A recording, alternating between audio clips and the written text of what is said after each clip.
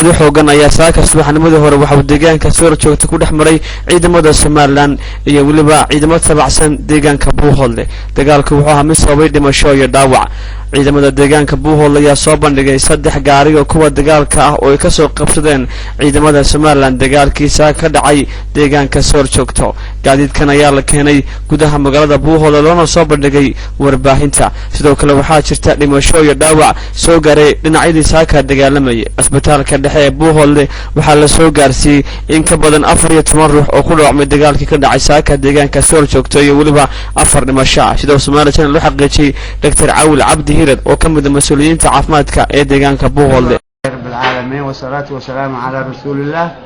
نبضي النعمة نكوشرنا دقال فضل باساك دعي أرورتي هوري نولا والد شيغاني عدي هدي لهيدن كذا عد ولا waxay sheegato umba hadhowta rasmi noqon doono anaka dhaawac hadan hospitaalkii ama bahda caafimaadnahay halkan midigteeda waxa fadhiya Cabdiruus Dr. Cabdiruus oo ah macalinka iskuulka waxbar caafimaadka ee Laascaanood gurmad bay noogu yimaadeen iyaga oo badan oo rag iyo habliyo weelal bale haddana hawshay ku jiraan oo baddaas xafisay saaka dagaalku aad buu u dhacay dagaalkan baa dhacay laakiin hadda waxaad moodaa in rasaastii yaraatay iyo dhaawacana soo gaarayaaba waa yar yahay tiradiisu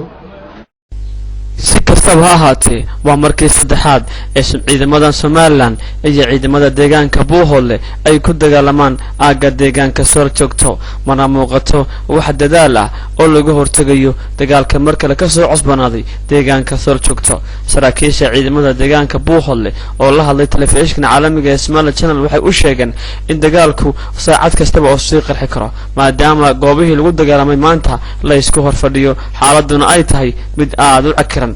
ugu dambeyntiina dagaalkan ayaa ah mid maanta geystay khasaare isugu jira dhimasho iyo dhaawac Ali Cusmaan Yusuf Cali Dhaktar telefishinka caalamiga ee Somali Channel magaalada Buuhoodle xarun goboleedka Cayn